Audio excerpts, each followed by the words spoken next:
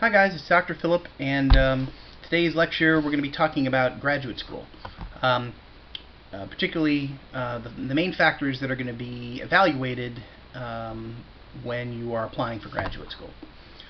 This kind of dovetails as the second kind of focus from last week. Last week a little bit more about undergraduate jobs and so on. This week talking about grad school.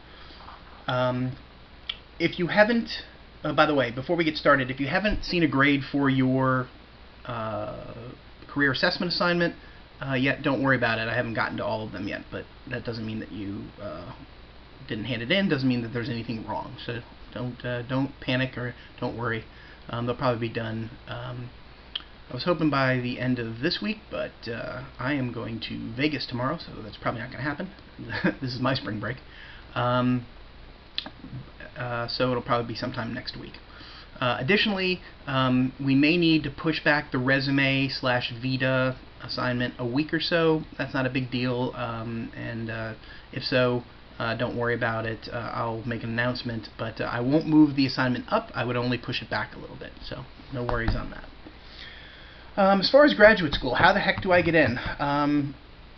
There are really 6 main factors that I usually advise students to focus on when applying for graduate school. We'll go through each of the 6 plus the additional 7th, which I call other stuff. The first is GPA, or your grade point average. Now, as we mentioned, there's a bit of a difference between the guidelines if you're going to be looking to apply for master's work or doctorate work. And additionally, there's also going to be a difference for the different field or discipline that for which you're applying. So there might be a higher precedence placed in doctoral work in clinical psychology, for example, than there might be for counseling psychology or social psychology, hypothetically. Additionally, if you're looking to go to graduate school outside of the psych field, the GPAs necessary to get into law school may vary widely. Medical school tends to be pretty competitive. And by the way, you can certainly have a bachelor's degree in psychology and go on to medical school. There's no problem in that.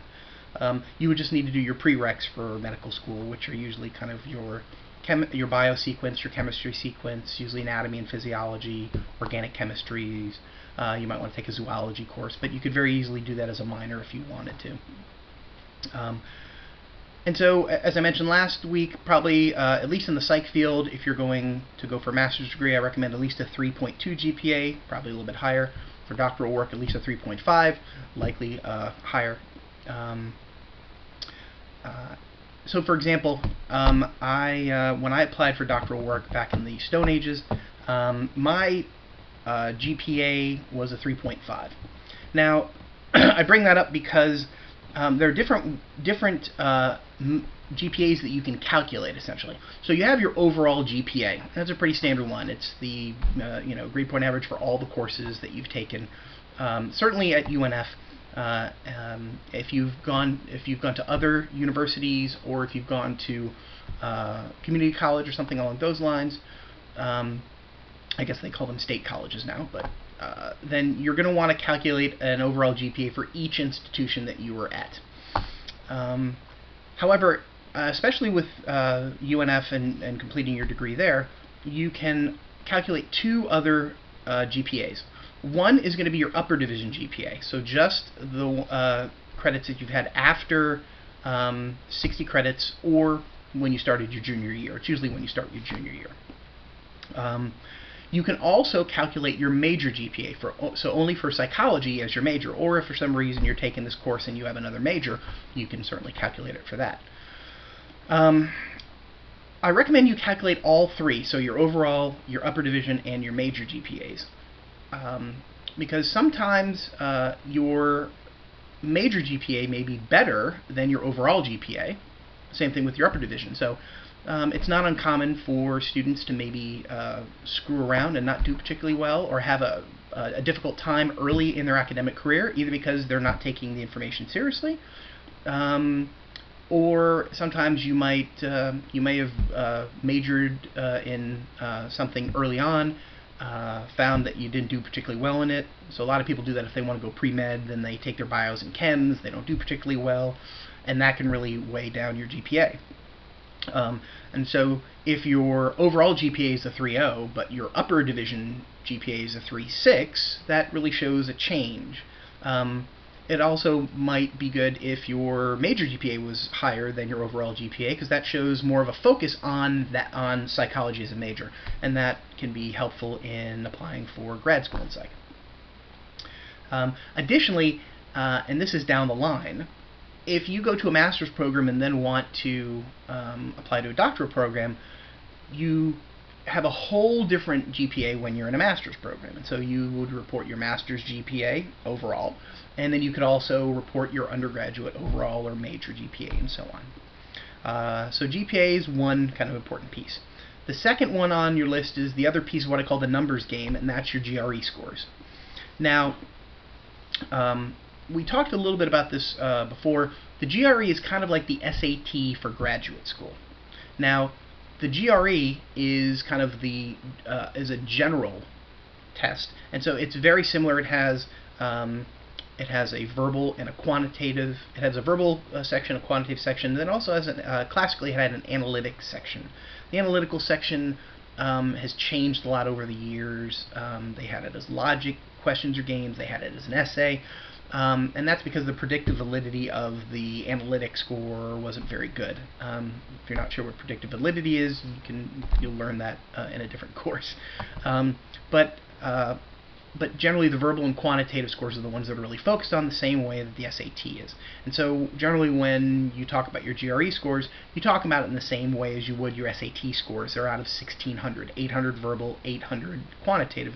There's another 800 analytic classically. Don't worry about that so much. So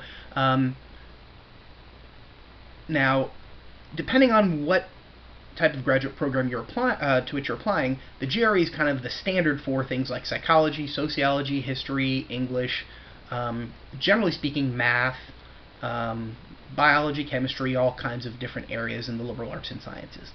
There are some specific tests. So, for example, if you want to go to law school, you take the LSAT. If you want to go to business school, it may either be the GRE or something called the GMAT. GMAT may be more for accounting or finance or things like that, but the GMAT might be something if you're looking to go to graduate school for business. If it's medical school, it's the MCAT. If it's dental school, it's the DAT or the DAT. And if it's pharmacy, I think it's the PCAT. I think those are the main ones. But broadly speaking, for most of the programs to which you're going to apply for graduate school, the GRE is going to be the kind of standard. Now, there are actually two types of GREs. There's the general test, which is the verbal and quantitative kind of approximation of, very similar to the SAT. And then there is a subject test. Now, the subject test is specifically for the field to which you're applying for graduate school. So there's a psychology subject test, and there's a history subject test, there's a biology subject test.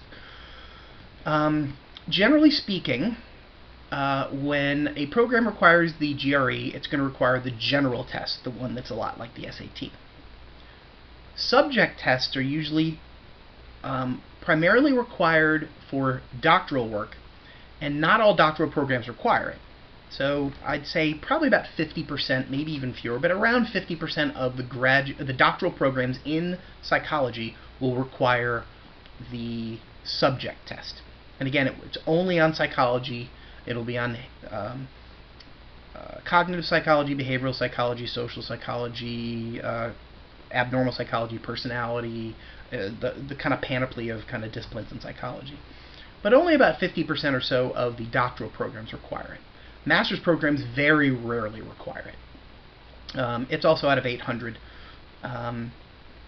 So when you're applying for graduate school, particularly doctoral work, you're going to want to ask, look into in their materials and clarify if you aren't clear, do you require the GRE subject test in addition to the general test. The general test for the GRE, again, if you're looking to go into master's work, you're going to need generally 1,000 as the guideline, if not higher. For doctoral work, it's going to be 1,200, probably in the mid-12s now, if not higher. Again, that's going to vary from field to field and discipline to discipline, but those are just kind of general guidelines. And so I'll give you an example overall. I kind of started this example in the GPA portion. When I was applying for doctoral work, my undergraduate GPA was a 3.5. My upper division was about a 3.7, and my major was about a 3.7. In my incoming doctoral class at 3.5, my GPA was the lowest out of everyone's. Now I had a master's GPA, and that was like a 3.9, but master's programs are a little bit different. If you don't get at least a B in all your courses in master's work, it doesn't count. And so your GPA can't get too low, because that means that you wouldn't be passing courses, essentially. But my GPA was the lowest out of everybody in my incoming class. We had 8 people in my incoming doctoral class. 2 of them had 4.0s throughout their entire undergraduate career. Another 2 of them had like 3.9s and change, and the other 3 people were in that 3.7, 3.8 range. So I was clearly the lowest. But my GREs were higher than anybody else's, and so that's kind of the numbers game, if you will. If you're a little bit weaker in one, you can be a little bit stronger in the other, and that'll help offset to some extent. The third topic up there is letters of recommendation. Now, when we're looking at letters of rec, it's important to recognize a couple of factors. The first is, who do you approach to write letters of rec? So from whom do I get letters of rec? There are a few ways to approach professors, but first of all, we got to kind of identify what professors am I going to approach in the first place. If you've taken 2 or 3 courses with a professor, that's probably, as long as you did reasonably well and the professor doesn't loathe you,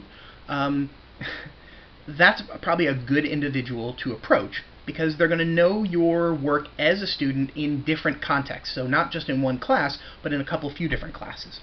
So for example, when I was at UNF, if I had you in an abnormal psychology course, in a research methods course, in a psych testing course, in a course like this, professional opportunities, I could see your work in a variety of different kind of fields or areas, and that could be helpful. The second kind of preferable person you're going to approach is someone who might have a depth of knowledge. So there are some courses that require more work or more in-depth work in a particular area. So for example, research methods is a good example of a course where you have to do usually a pretty good amount of work. In your lab courses, so if you're taking experimental social or experimental cognitive or what have you, those are going to be good courses.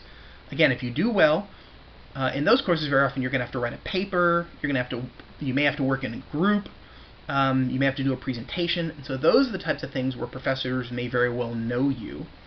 Additionally, when you have to write a paper, if you do particularly well in that paper, make sure when you are requesting a letter of rec that you can offer to give the professor a copy of the paper so they can refresh their memory about the work that you've done. So you've got the breadth of knowledge if you've taken several courses with a professor, or you've got the depth of knowledge if you've taken a more labor-intensive course with a professor. Another piece to consider is the applicability of the knowledge. So how does a professor know you? The smaller the course, often the better the professor is going to know you. I have to admit that when I wrote letters of rec for people who were in my intro psych course for 200 people, and then my social psych course for 120, I probably didn't know them quite as well as the people who took my psych testing course, where there were 20 or 25 people in the course, or my research methods course, where there were 20 or 25 people.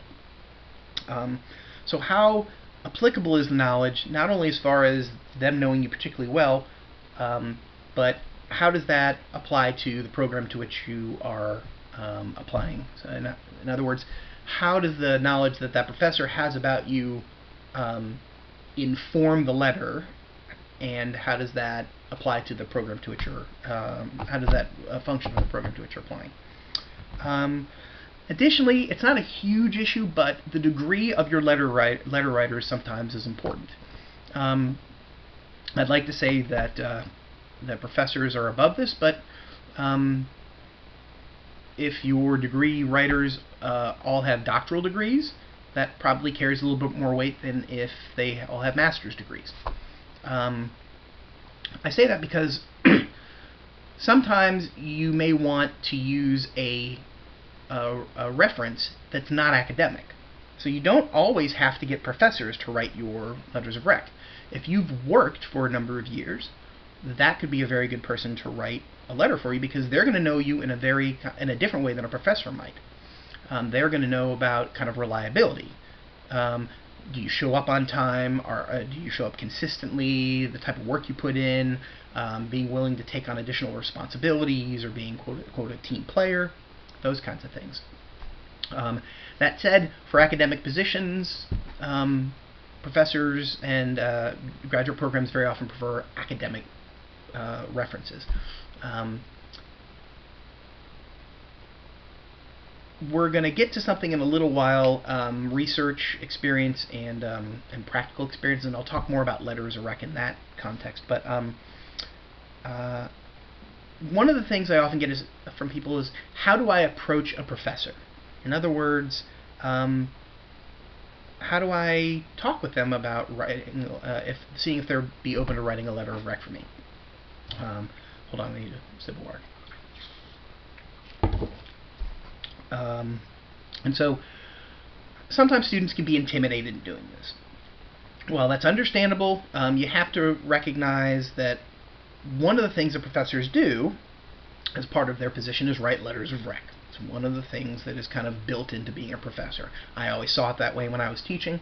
And so one way to do it, I mean, it depends on your personality. If you are outgoing, you can go right up to them and ask them, and there's nothing wrong with that. If you're a little more reserved, a little more introverted, a little bit more hesitant to do that, one of the things you might do is send your professor an email and say, Professor Phillip, I wanted to see if you had time to meet during your office hours to discuss your openness to writing a letter of rec on my behalf, letter of recommendation or letter of reference.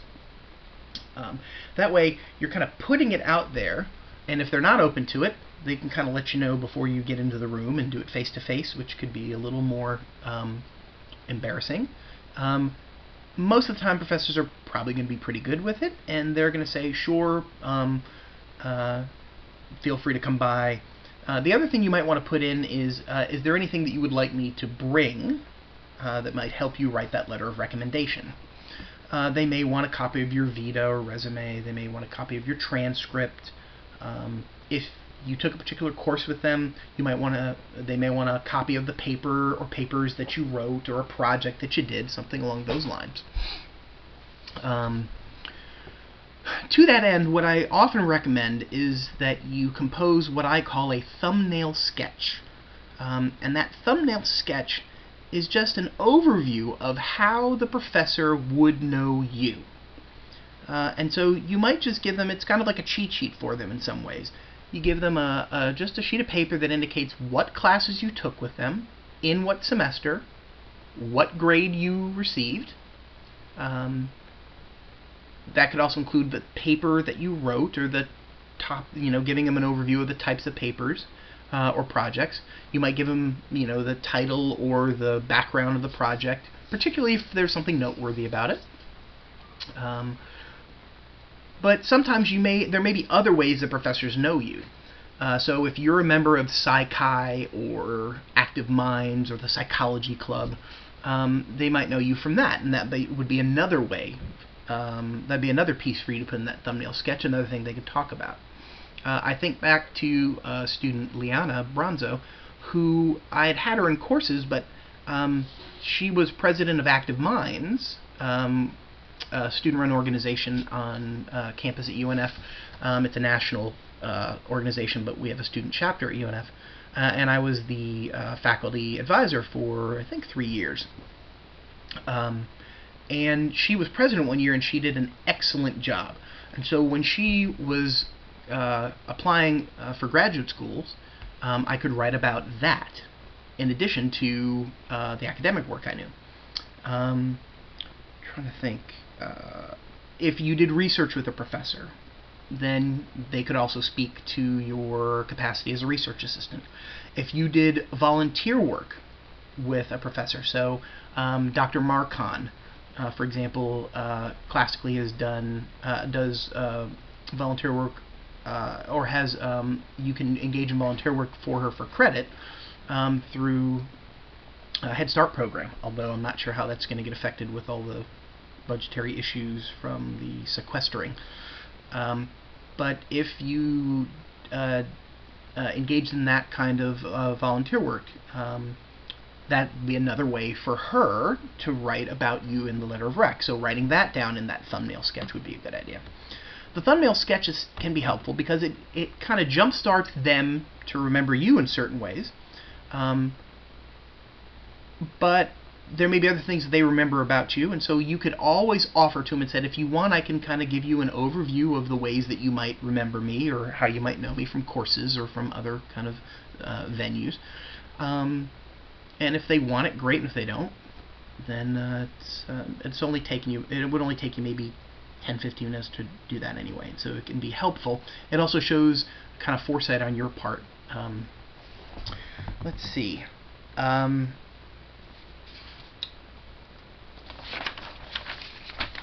Another issue regarding letters of rec is the difference between a good letter and a great letter.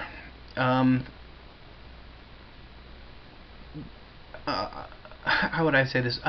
My mentor is a man named Franz Epting, and Franz is probably been more influential in my career than anyone else. But Franz classically would write what I call platitude letters. In other words, they are letters that would say things like he does very good work, he's very well respected by his peers, easy to get along with, which are useful pieces of information, but they're also very vague, so they don't give specifics. Great letters of rec give specific pieces. So they were in this group with. They were in this research group with me. They worked on this project. He or she had these responsibilities. And so those types of specific pieces are often very helpful for people who are reviewing the letters of rec, having done that for, however many years I've been doing that, 10 or so years now. It can be very helpful to get those specific things. That isn't necessarily something that you can control, but by doing that thumbnail sketch, you give professors a little bit more information. By giving them a copy of a paper that you wrote in one of their classes, especially if you did well in the paper, you give them more information that they can talk about. And so sometimes you can help stack the deck in your favor by doing that thumbnail sketch, giving them a little bit more information. And I think you can also ask a professor, if they're comfortable in writing you a solid letter of rec or a good letter of rec or something along those lines. Now, hopefully your personal radar is sharp enough to recognize if they're going to write you a shit letter of recommendation that you're not going to ask them. Although that has happened, and at times when I've reviewed files or applications, you'll get some that are clearly not. How would I put this? They're not very helpful for the student in applying, and they're not very forthcoming. So hopefully your radar is sharp enough to not request letters of rec like that.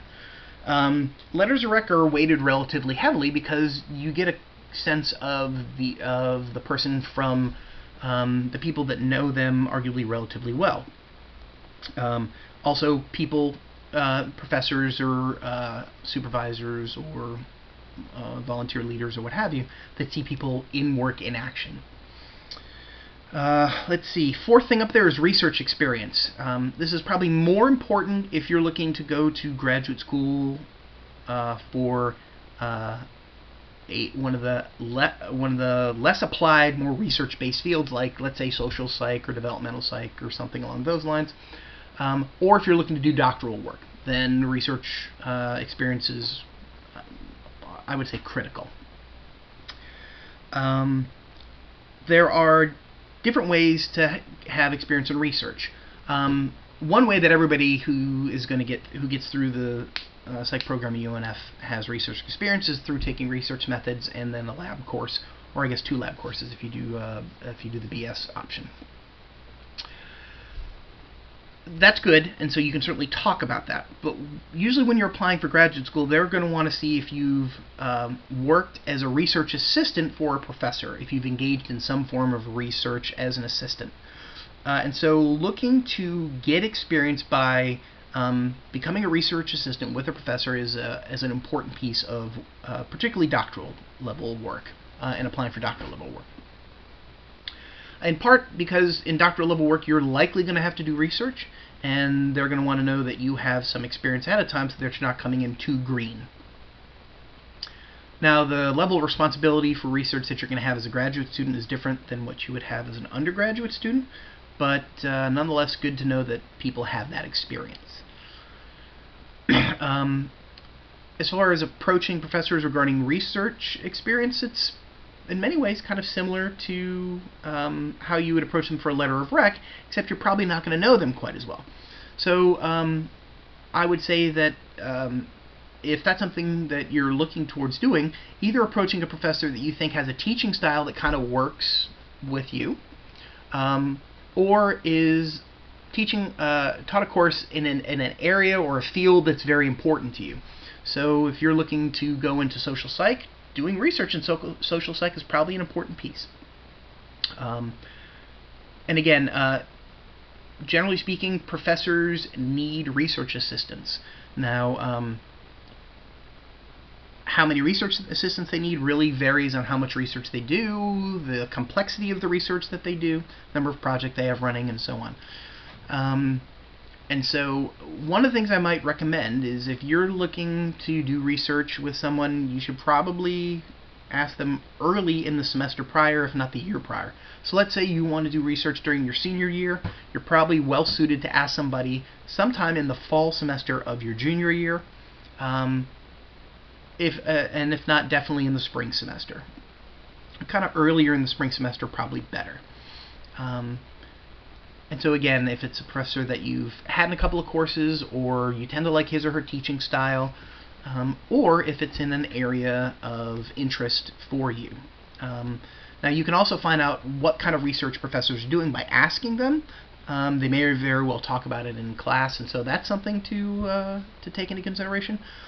Or you can go on the psych website at UNF. They have kind of listing of research interests. Some of them aren't always updated, so you may just even want to touch base with the secretary in the psych department, see if he or she knows if there's a listing of those areas, or you can always email the professor and ask him or her the types of research that they're doing and if they need a research assistant. That's happened a number of times when I was teaching at UNF. So kind of first tier experiences doing the research methods research methods course and the lab courses. Kind of the second tier would be being a research assistant, and then kind of third tier would be you're a research assistant and you were involved in either a project that was presented at a conference, or you were included as an author on a published piece.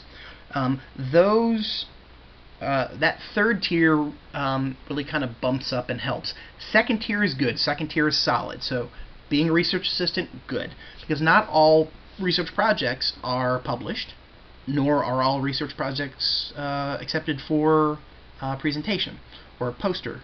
So those are the kinds of things that are even better. That third tier. Second tier, good, solid, certainly something you should aim for doctoral level work.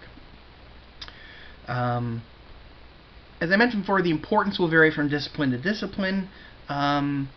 but at the doctoral level, unless you're going PsyD, the doctoral level, it's going to be pretty critical. And even if you're going PsyD, it's still probably going to be reasonably important. So, fifth on the list is what I call practical experience. Now, practical experience can really be kind of two main things: either work experience or volunteer experience. So, as an example, I think I mentioned this earlier in the semester.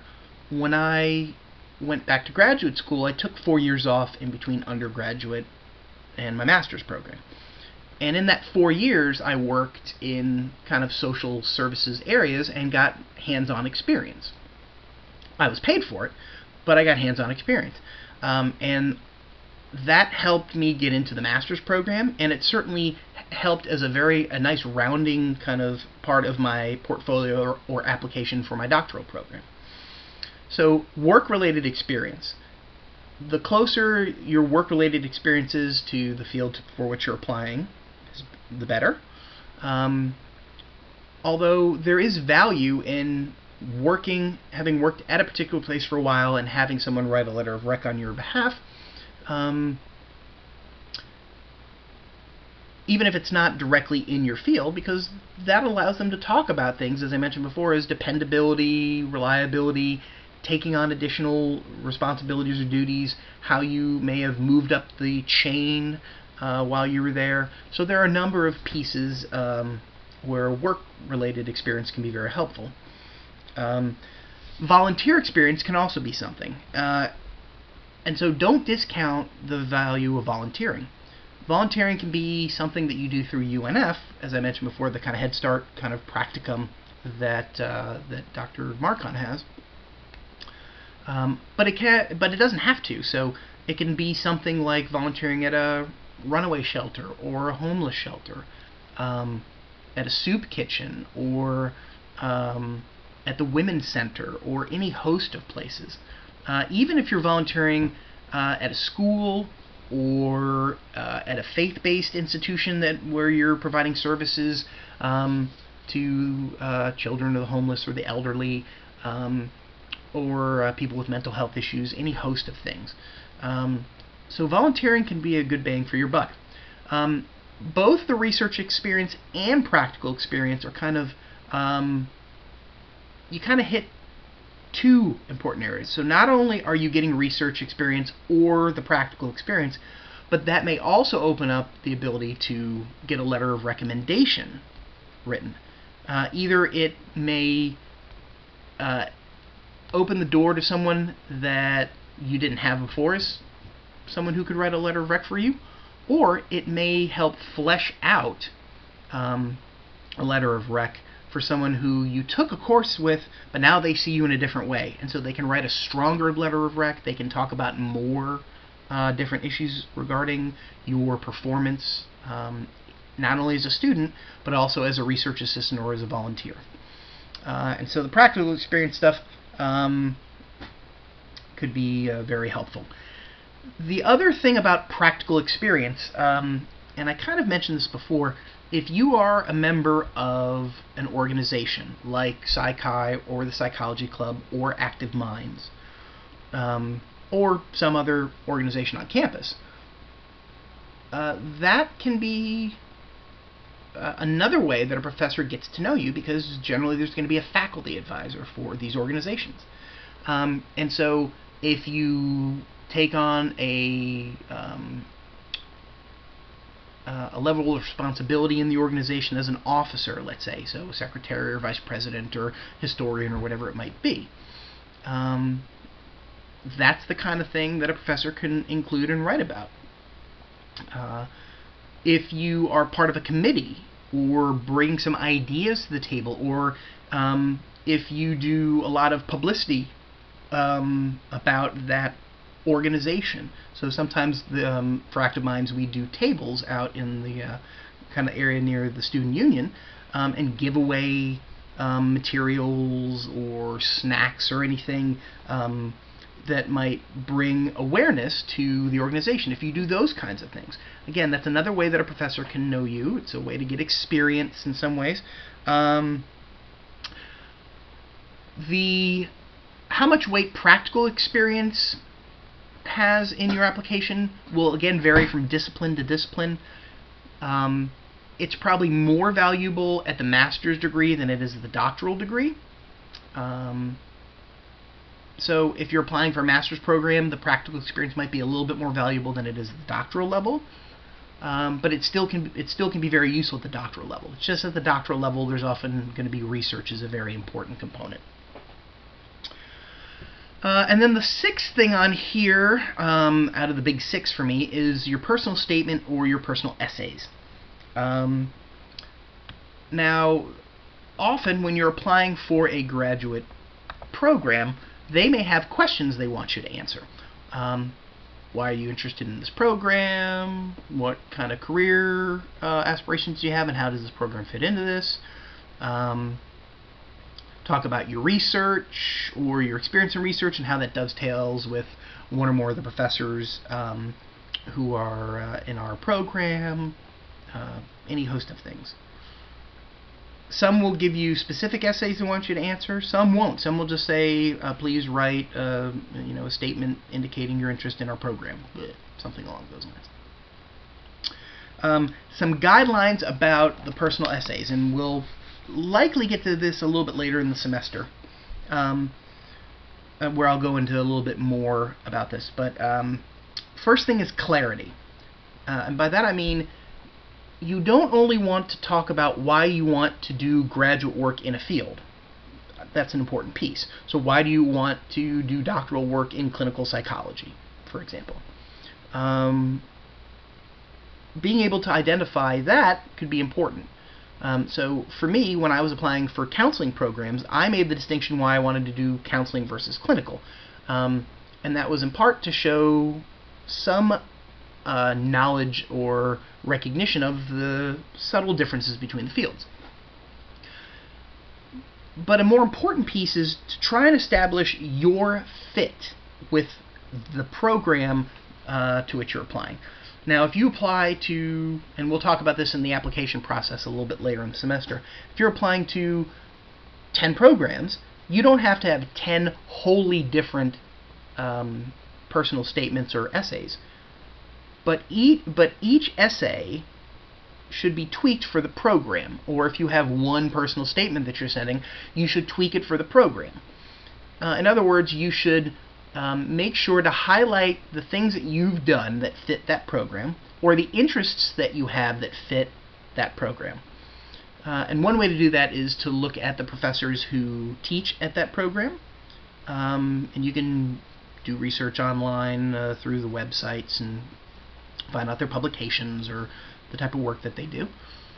And making sure to include a statement or so about one or maybe two of the professors. And so, for example, you might say, my research experience with Dr. Phillip was on RepGrid technology and how to use the RepGrid in certain ways. You don't have to know what the RepGrid is. It's a test. This would seem to be applicable with Dr. So-and-so's work in whatever it is. So if you do research as an undergraduate with a professor, how that maps out into how either the interests or the responsibilities you had as a research assistant as an undergrad, how that would play in doing research with a particular professor. And so I'll give you an example. When I was applying for doctoral work, it basically came down to two places. For me, it was either UF or USC, Southern California, not South Carolina. And I was interested at the time in working with a guy named Don Polkinghorne, who was teaching at USC. And I had done research with a couple of different areas, but primarily in the kind of the humanistic, constructivist, existential realm, RepGrid methodology, things like that. And then a couple of other kind of areas that had to do mainly with diversity, multicultural kind of approaches and so on. But I was also very interested in what they call philosophy of science. And so I included that in my essay. Unbeknownst to me, at USC, every professor basically gets one person a year, and so when I had a phone interview, I had a phone interview with Don Polkinghorne. He called me up, and we talked for probably the better part of 45 minutes about the research I had done, the research he was doing, my interests, where I saw myself career-wise down the line, why I felt I'd be a good fit for the program and for his research team, things like that. And I had done my research on him to know the things that he was doing at the time. And that he ended up offering me a position in his research team. I did not end up going to USC because the university couldn't guarantee me enough money. And so I stayed at UF, which was great, and I loved being there. But being able to kind of voice why you would be a good fit, not only for the field, but also for the program, and particularly how you might fit well or would like to work with this particular professor, or maybe two professors, hypothetically. So you want to make sure to be clear on those pieces. You also want to make sure that if the program gives you specific essays to answer, that you answer those essays, the specific question. So be on target, if you will, with your answer to the essay. I say that because a lot of times people will write one personal statement and then just kind of send it in. If they ask you for specific essays, answer those specific essays as well as you can. You can cut and paste pieces from your personal statement into that essay if you want. But if they ask you to answer 3 essays and you just send them a personal statement that doesn't directly answer some of those, they're going to track that and you're going to get knocked down for it. Third thing about any personal statement or essays, have somebody proofread them to make sure that they're cogent, that there's good flow, that you transition well from one kind of area to the next, that there aren't typos, that you're being clear about things that you might assume that everybody knows, but just to make sure. So when I talk about the rep grid, it's called the repertory inventory, or the role construct repertory inventory. And if I wasn't sure that someone would know what that was, I would give maybe a sentence or two kind of explanation as to what it was. One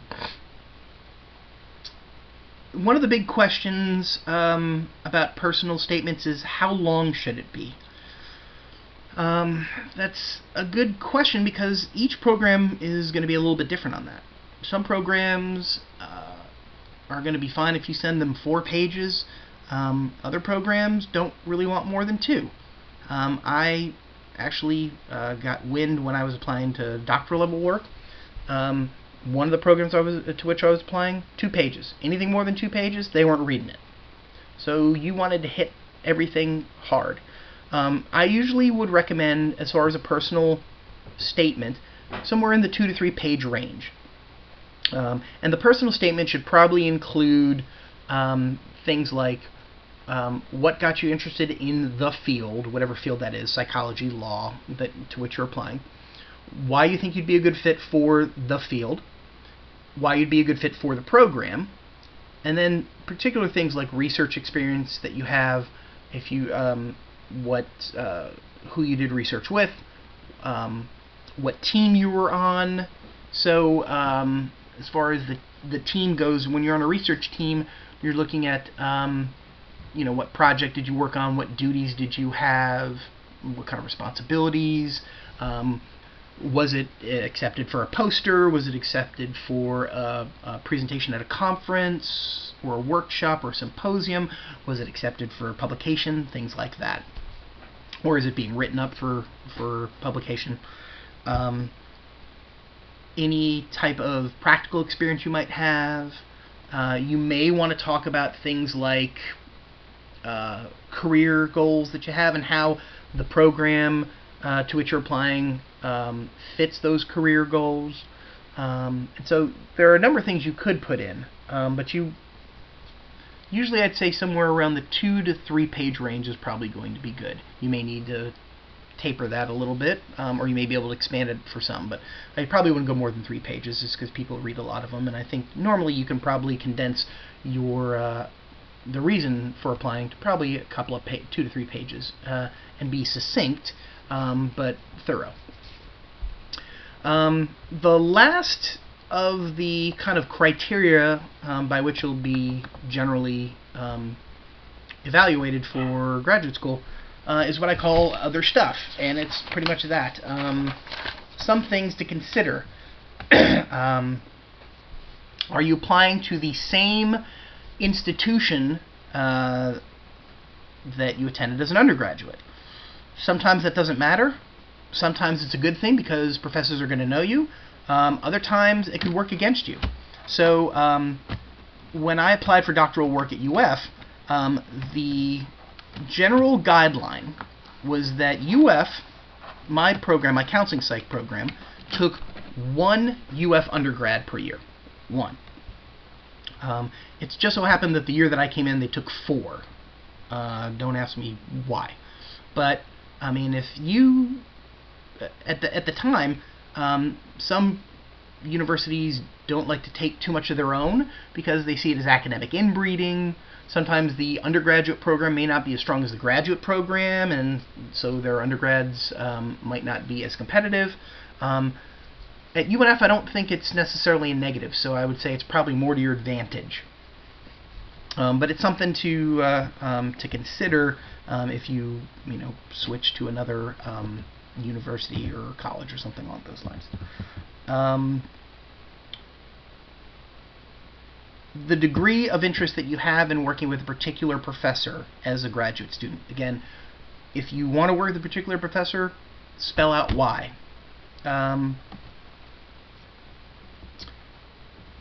Having a strong, supportive mentor can be good. Someone that really works with you, not only as a professor grading your exams and papers, but someone that you can talk with and meet with that can kind of give you pointers and guidelines. That's likely going to be someone who's going to write a letter of rec for you, and so that can be a very helpful piece.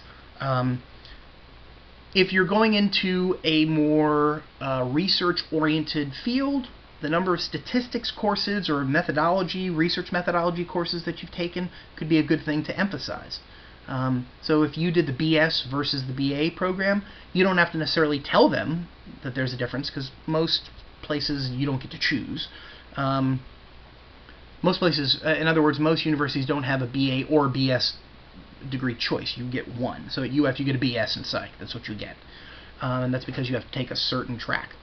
But you might want to emphasize the fact that if you did the BS, that you took research methods, you took experimental social, and experimental cognitive, hypothetically. So you might want to emphasize that as well as being a research assistant. Or I took Stats 1 and Stats 2, but I also took structural equation modeling or something like that. Or I went to a workshop or a presentation on structural equation modeling or something like that.